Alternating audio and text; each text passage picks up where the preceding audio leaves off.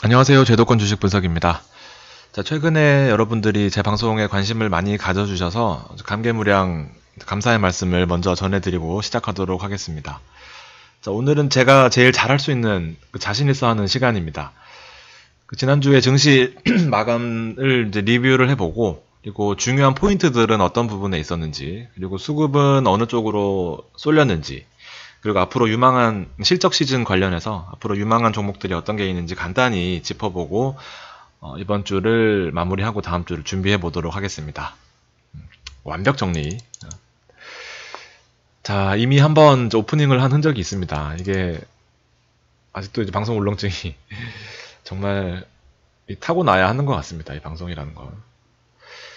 자, 그래도 내용으로 꽉꽉 채웠으니까 한번 편안하게 들어주시면 감사하겠습니다. 자, 지난 10월 10일 미중 무역 협상이 마무리가 되면서 이제 큰 이벤트 하나가 이제 사라졌죠. 그러면서 증시 고점을 뚫지 못하고, 미국 증시가 고점을 뚫지는 못하고 지금 상단에 머무르고 있는 이제 그런 상황이었습니다. 그리고 주말 동안 이제 다음 달 16일 날 트럼프가 중국과의 관계에 대해서 좋은 발언을 했습니다. 죄송합니다. 그래서 다음 달 16일 날 이제 새 기댈 언덕이 등장했다라는 부분은 다음 주에 일단 증시에 좋은 영향을 끼칠 가능성이 커 보입니다. 뒤에 다시 한번 정리를 해드릴 거고요. 우리나라는 코스피 2060을 이제 지켜냈습니다. 그래서 차트 보여드리겠지만 120일 선을 지지했다는 자체, 물론 금요일 날 0.8% 하락하는 측면이 있었지만 주말 동안에 나온 이벤트들은 사실 우리 증시에는 좀 긍정적인 역할을 했다라고 보여집니다. 그래서 금요일 날 적은 거래량성에 시장이 좀 빠지는 모습을 보였고, 스몰딜 결과가 다음 달 16일 날 나올 겁니다. 그래서 사실 여기서 좀 분위기가 살아나 준다면 연말까지 반등세 이어질 가능성이 있다.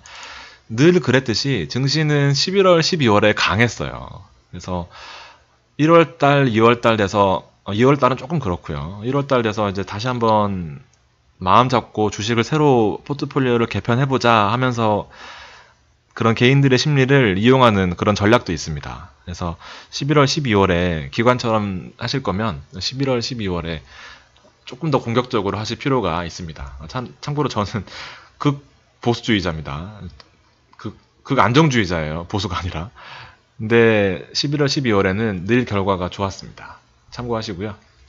자, 현재까지도 연기금이 대규모 매수가 버텨내주고 있는 상황입니다. 그리고 지속되고 있는 시점이고, 연기금도 마찬가지로 11월, 12월에 전통적으로 주식을 많이 담는 그런 모습을 보였습니다.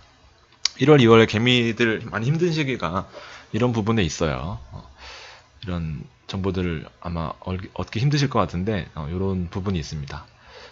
근데 뭐 18% 역대급 비중이라고 하는데 사실 그 이후에는 지금 연기금이 그 한 달 9월 달 동안에는 계속 매수만 했다면 18%에서 20% 사이에 연기금이 주식을 담는 비중이 역대급을 찍고 난 이후부터는 사실 요렇게 지금 샀다 팔았다 하는 그런 추세에 있는 현실입니다. 그래서 우리나라 증시도 2100을 뚫고 올라가기에는 어떤 외국인이 돌아오는 그런 수급이 필요해 보입니다. 자, 외국인이 돌아온다면 현재로서는 서비스 업종에 관심이 매우 많을 것으로 보입니다. 그래서 5G 테마 실적 장세는 유지될 것이고 워낙 실적이 좋거든요. 5G 관련된 주식들은. 대표적으로 삼성전기는 실적이 이제 우려가 나오는데 사실상 조금 제가 지난번 방송에 보여드렸지만 뭐 실적으로 100% 가진 않겠지만 그래도 뭐 증권사 레포트들은 많이 우려를 하고 있어요. 이제 그렇지만 제 생각에는 물론 그 전문가들의 말은 뭐 우려를 하고 있지만 제가 생각할 때는 오히려 삼성전기가 또 고점을 뚫고 올라가지 않을까. 사실 저도 좀 고점의 부근에 있으니까 여러 가지 생각이 많이 드는데 이성대로 잘 되지는 않으니까. 근데 제가 봤을 때는 외국인이 우리나라로 이제 380원 환율에서는 분명히 매력이 있거든요. 그렇게 된다면 사실상 삼성전기는 그동안 오른 폭이 많지는 않아요. 그래서 어저께는 또 우려를 나타냈고 오늘은 또 좋아 보이고 그런 현실입니다. 사실 거 없으신 분들은 괜찮아 보입니다. 일단 참고하시고 어저께 내용 보시면은 또 하루 만에 제가 입장을 바꾼 거를 알 수 있으실 것 같습니다. 자, 새 변수가 대거 등장했기 때문에 사실 이제 저는 증시를 좋게 보고 있어요. 전 고점에 대한 부담감. 미국 증시는 지금 전고점 부근에 있어요. 그래서 경합 예상이 되고 브렉시트 큰 이벤트 두 가지가 있었습니다. 그래서 뒤에 정리해 드릴 거고, 중국이 생각보다 많이 빠졌어요. 지난 금요일 날. 중국 GDP가 나왔는데 예상치가 6.1%를 예상했는데 6%로 발표가 나왔습니다. 그래서 예상보다도 떨어졌다는 부분이 증시의 부담이었고, 더 큰 부담은 경제 성장률이 사실 중국이 얼마 전까지만 해도 6.5, 6.7 뭐 이렇게 계속해서 경제 성장률을 6% 이상으로 전망했었는데, 제가 알기로는 오랜만에, 아주 오랜만에 5점대로 전망하면서 사실 미중 그 무역 갈등의 어떤 그 숫자로 나오는 그런 현상을 겪고 있는 현실이 아닐까 생각이 됩니다. 어찌됐든 이제 중국이 좀 많이 빠져서 한국도 부담을 받는 그런 모습이었습니다. 자, 코스피는 여전히 실적 주간 장세고요. 제가 어저께 실적주 특집을 마련해드렸는데 많이 안 보셨더라고요. 그 부분들 분명히 또 도움이 되실 것 같아요. 한번 참고해보시고, 그다음에 2062 지지 받는지를 체크하신 다음에 상단은 2100까지 조금 보수적으로, 아무래도 이벤트가 많다 보니까 요 사이에서 머물 가능성이 커 보입니다. 픽2는 뒤에 정리해드릴 거고, 월말 FOMC까지 있기 때문에 사실상 2060을 이탈하더라도 저는 단기적으로는 기회로 보고 있습니다. 그래서 주요 지표로 한 달이 지나갈 거고, 과감한 전략은 여러가지 말씀드렸다시피 과감한 전략이 유효해 보입니다. 자, 브렉시트는 참 복잡해요. 복잡하고, 사실 이게 이번 달에 나올 가능성도 정말 적었지만 또다시 연기됐습니다. 그래서 합의안이 부결됐기 때문에 어쨌든 이제 내년 1월까지 다시 연기될 가능성이 큽니다. 그래서 이 총리 이제 그 아주 이번에 브렉시트에 대한 열망을 이렇게 열정적인 표정으로 표출했는데, 결과적으로 또다시 이제 제대로 뭐 이행안도 얘기 못하면서 결과적으로 또다시 연기되는 모습이었고요. 2016년 6월부터 시작된 이제 브렉시트가 아직까지도 이렇게 질질 끌고 시장에 꽤 큰 영향력을 끼치고 있어요. 찬반 투표한 다음에 찬반 찬성 나왔고, 그 다음에 이후에 공식 통보하고 1단계 타결됐는데, 이제 또 반대에 부딪혀서 2단계 협상까지, 그리고 뭐 합의 실패되고, 연기되고, 총리 바뀌고, 부결나고, 탈퇴 예정되어 있었는데 아직까지 탈퇴를 못하고 있습니다. 그래서 지금 유럽연합과 협상도 하지 않겠다라면서 아주 강경한 입장을 보이고 있는 총리가 있는데, 지금 뭐 실상 내용은 자꾸 연기되고 이런 부분들이 있습니다. 그래서 뭐 결과적으로 우리가 중요한 거는 브렉시트를 하느냐 마느냐 보다는 이제 어떤 충격이 있을 것이냐인데, SK증권에서 아주 잘 정리된 자료가 있어서 보시면, 일단 금융시장에서, 유럽 금융시장에서 영국이 차지하는 비중이 생각보다 꽤 크더라고요. 주식의 시가총액도 30%가 넘습니다. 거의 우리나라의 삼성전자 이상 역할을 하고 있는 그런 모습이었어요. 자산운용도 그렇고 헤지펀드 규모는 뭐 상상을 초월하는 규모, 외환, 장외 파생상품, 사모펀드까지 사실상 호재인지 악재인지를 이것만 보고 얘기하라고 하면 사실 충격이 없을 수 없겠죠. 네. 생각보다 크다라는 거. 영국 GDP에서 각 산업이 차지하는 비중도 서비스업이 아주 큰, 이제 아무래도 선진국이다 보니까 제조업이나 농업 쪽보다는 서비스업. 그래서 이런 구조를 가지고 있구나 정도는 상식선에서 아시면 좋을 것 같습니다. 어쨌든 파운드 변동성이나 이런 거 봐서는 분명히 이게 좀 역할이 클 것 같긴 해요. 만약 탈퇴를 한다면 이제 유럽연합이 체결되어 있는 각국의 뭐 관세 동맹이나 뭐 그런 부분들을 다시 체결해야 되고, 여러 가지 당장은 바쁘겠지만 뭐 난민을 많이 받아야 되는 그런 부분에 있어서 국민들도 싫어하고 여론도 뭐 싫어하는 입장이니까 뭐 우리는 지켜봐야 될 것 같은 그런 상황입니다. 아무튼 이렇게 체크하시고요. 자, 무역협상은 일단 순항하고 있습니다. 지금 400억에서 500억으로 중국이 농산물 수입하는 규모가 늘었고, 그리고 결과적으로는 이제 관세율을 30% 늘리진 않았지만 아직까지도 25% 유지되고 있고, 앞으로 이런 부분들이 있었습니다. 앞으로 협상해야 될 부분들이 많이 남아서 사실 협상 이후에는 큰 호재인지 악재인지 분간이 안 됐었죠. 그래서 제한적인 합의였다라는 부분이었고, 그다음에 미국 산업에 대한 보조금을 지급하라라고 이제 중국에 압박을 했었죠. 그래서 합의문도 미서면이었고 3주에서 5주가 걸릴 것이고 내용도 사실상 나온 게 없었다라는 부분이 있었는데, 자, 어저께 이제 칠레에서 다음 달에 16일 날 에이펙 회담이 있는데, 에이펙 회의가 있는데 합의 가능성을 트럼프가 직접 언급했습니다. 그래서 정상회담 때 합의의 희망이 매우 높다라고 또 언론 플레이를 했습니다. 그래서 시장이 조금 폭락 이후에 1시 정도에 많이 빠졌었거든요. 미국 증시가. 그 이후로 반등하는 모습을 보였습니다. 아무튼 큰 이벤트, 이제 빅2 이벤트라고 제가 표현을 했는데요. 브렉시트와 미중 무역 협상은 금융시장 전체를 흔들 수 있는 아주 큰 이벤트다 보니까 여러분들도 정리를 해 놓으시면 도움이 되실 것 같습니다. 자, 오프닝만 했는데 벌써 10분이 훌쩍 넘어갔어요. 자, 증시 빠르게 정리해보고 마무리하겠습니다. 자, 미국 증시 금요일날 지금 0.2% 정도 하락하면서 요 부근에서 지금 박스권 횡보를 하고 있습니다. 그래서 시장 자체는 평온해 보이지만 급등과 급락을 하는 그런 장세로 하루가 마감이 됐고요. 전고점 부근이다. 일봉 잘 와닿지 않으신다면, 주봉으로 보신다면 2010년 이후부터 꾸준히 상승한 다음에 지금 전고점에 와 있어요. 3000이 전고점이라고 보시면 되는데, S&P는 이제 사실상 전고점 뚫고 올라갈 가능성이 커 보이는데 지금 지켜볼 필요가 있죠. 앞에 이벤트들도 있고 하다 보니까 어쨌든 부러운 증시의 차트 모양이 아닐까 생각이 됩니다.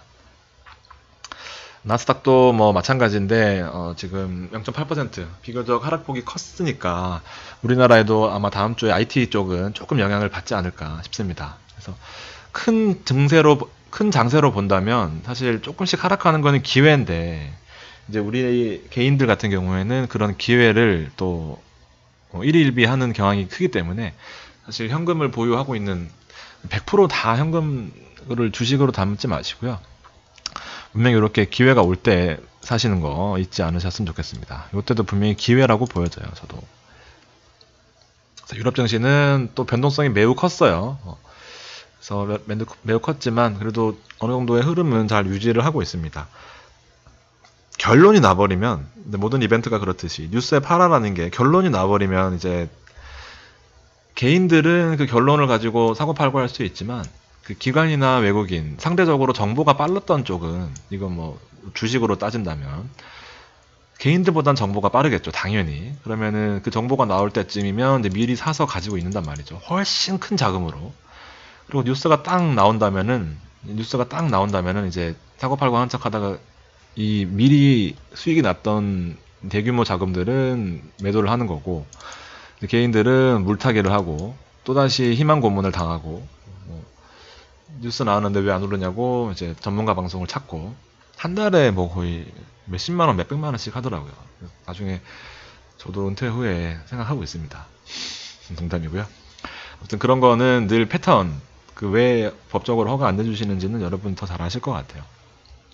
아무튼 이 패턴, 뉴스에 팔아라는 거는, 그리고 결론이 났을 때 팔아라는 거는 일단은 팔고 보셔야 돼요. 그 다음에 만약에 100만 원을 벌었다면 10만 원, 20만 원, 30만 원 가지고 다시 하는 거지, 사실 계속해서 간다고 생각하는 건 큰 오산입니다. 잔소리 좀 해드렸고요. 일본 증시 계속해서 올라가는 모습 보여주고 있고, 그렇죠. 달러가 지금 증시의 전반적인 영향을, 통화가 제일 빨리 움직이거든요. 채권과 통화가. 그 다음에 주식시장이 움직이는데 환율이 일단 먼저 반응을 하고 있어요. 그래서 이 부분들이 증시에 좀 더 우상향하는 방향성을 근거로 삼을 수 있는 환율의 변화가 아닌가 생각이 되고요. 앞으로 FOMC 앞두고 환율의 변화가 더 이런 식으로 진행된다면 아마 지수, 우리나라도 2100, 미국도 3000 올라갈 수 있는 여지가 충분히 있다라고 보여집니다. 자, 글로벌 정치 살펴봤고요. 이제 다음 주에 중국 금리 발표가 있을 거고, 나머지 해외 증시는 큰 이벤트들이 없습니다. 그래서 월요일은 원래 없어요. 조용한 한 주가 예상이 되고요. 우리나라 환율도 먼저 반응을 하고 있죠. 1180원인데 지금 매우 우호적인 환율이에요. 지금 9월달 상승할 때 환율이 이렇게 빠지면서 9월에 높은 이제 증시 상승을 이끌어냈죠. 그다음에 다시 환율을 하락하고 있는데 1180원이면 사실 되게 우호적인 환율입니다. 외국인이 좋아할 종목을 찾아야 돼요. 제가 어저께 말씀드렸던 그런 종목들을 찾아야 됩니다. 중국 증시가 좀 빠져있는 이제 그런 상황이고, 아까 말씀드렸다시피 GDP 성장률이 하락세로 나오고 앞으로 경제 성장률도 암울한 부분이 있는데 내일 금리 결정되고 앞으로 또 통화 정책이 어떻게 갈 것인지에 따라서 중국 증시 조금 반등해줘야 우리나라의 탄력을 받을 수 있는 그런 모습을 나타내 줄 것 같습니다. 금요일날 야간 선물은 거의 보합세로 마무리했습니다. 미국은 이렇게 해서 반등했는데 우리나라는 요 빠진 이후에 반등을 크게 하지 못했어요. 그래서 근데 뭐 그 다음부터 이벤트가 잘 나왔기 때문에 내용 자체는 급락은 없을 것 같습니다. 적어도. 자, 금요일날 이 수급 내용을 보면 지금 제가 서비스업 그다음에 건설업도 마찬가지죠. 건설업도 지금 현대건설 쪽에서 우리 삼성 엔지니어링 쪽에서 제가 특집으로 마련해 드렸던 종목들이 분명히 좋은 내용이 나올 것 같습니다. 그래서 외국인과 기관이 이 힘든 장세 속에서도 1% 넘게 매수하고 있는 부분 잘 챙기셔야 될 것 같고요. 외국인이 대규모 자금 이탈을 시켰습니다. 일단 리스크 관리를 하는 측면이었어요. 브렉시트 관련돼서 폭탄 진짜 만약에 어떤 결론이 나버렸다면 탈퇴나 이렇게 됐으면 사실 금융시장에 충격이 클 수 있었기 때문에 이 외국인들이나 기관은 포지션 관리를 하는 모습이었고, 제가 말씀드렸다시피 삼성전자 하이닉스 사시는 거는 지금 아니다 라고 말씀을 드렸는데, 상대적으로 외국인들이 좋아할 종목은 지금 꼭지에 있는 5만원짜리 8만원짜리 하이닉스 삼성전자가 아니라 실적이 좋은데도 안 올라가는 종목들, 못 올라 있는 종목들을 찾는 건데, 개인들은 지금 좋다고 5만원 밑으로 떨어졌다고 또 사고 있는 그런 실정입니다. 그래서 서비스 업종을 제가 파라다이스와 GKL을 보여드렸고, 건설 업종에는 그 두 가지, 그 다음에 보여드렸고, 하나는 뭐였지? 하나 인시소프트였나? 인시소프트 서비스 업종의 대표적인 주자입니다. 롯데정보통신이랑. 그래서 그 언급드리는 종목들을 잘 참고해 보시고, 수급을 보면 일단 외국인과 기관 그리고 개인 확연히 이제 구분되는 모습이죠. 그리고 연기금도 매도하는 모습이고요. 이렇게 거꾸로 가요. 늘 이렇습니다. 보시면은. 자, 그럼에도 불구하고 9월달부터 10월달까지의 연기금 매수세가 아주 시장을 뒷받침해 주고 있어요. 지금 뭐 엄청난, 뭐 제가 보기엔 엄청난 호재가 있는 건 아닌 것 같은데, 일단 연기금 자체에서 어떤 뭐 내부적인 결정이 있었는지 계속해서 시장을 받쳐주고 있는 그런 모습입니다. 상대적으로 외국인은 많이 이탈했었고, 환율이 일단 1200원대에 계속 언저리에 있었기 때문에 이때 시장은 사실 급락을 막았던 것도 외국인의 이탈의 급락을 막았던 것도 연기금이 버텨줬기 때문이었습니다. 그래서 이때 연기금이 좋아했던 게 삼성전자 하이닉스였어요. 1년 내내 샀던 것보다 한 달 샀던 게 더 많았던 그 내용을 보여드렸었죠. 그래서 지금 외국인들은 그런 종목에 관심이 없습니다. 기관 샀던 거 보시면은 많이 샀네 하지만 얼마 안 돼요. 지금 보시면은 200억이죠. 200억. 그다음에 삼성전자 우선주, 나머지 종목들은 사실 크게 눈에 띄는 종목은 없는 것 같습니다. 삼성전자의 매도세가 엄청나고요. 개인들이 다 받아갔습니다. 자, 외국인이 들어올 종목들을 이제 눈여겨봐야 되는데, 삼성전자 근데 지금 사시는 거 5만원짜리 사셔서 얼마나 더 드시려고요? 말고요. 보시죠. 제가 추천드렸던 종목이 다 위에 있습니다. 여기까지네요. 제가 외국인은 아닙니다. 그렇지만 투자법이 제가 10년 하다 보니까, 이렇게 공부하면서 하다 보니까 그 줄긋고 하는 투자법이 아니라, 아무튼 자랑 그만하고, SDI 카카오와 SDI 삼성전기는 제 방송에 다 있고요. 서진 시스템은 한 50번 말씀드린 것 같습니다. 그저께 목요일과 금요일 해서 기대에 부응해주는 그런 모습이었고요. HLB도 방송 이후에 2만원이 더 올라서 급등 이후에 혼자만 사라고 했었을 텐데 아마 또 좋은 모습을 보였습니다. 내용은 참고해보시면 될 것 같고요, 방송. 그래서 내용들이 보시면은 이렇습니다. 관심 없어요, 지금. 힐릭스미스도 많이 팔았네요. 젠장. 아무튼 기아차도 여기 있네요. 근데 뭐 30억이네요. 기아차를 가지고 왔거든요. 어저께 방송했던 거 이제 종목만 몇 가지 더 짚어드리고 마감합니다. 이제 조금만 더 힘내시고요. 자, 기아차 보시면은 어저께 방송했던 거라서 사실 간단하게 하겠습니다. 200일선 하회하고 121선에 지지받는 모양새입니다. 그러면 왜 추천하느냐?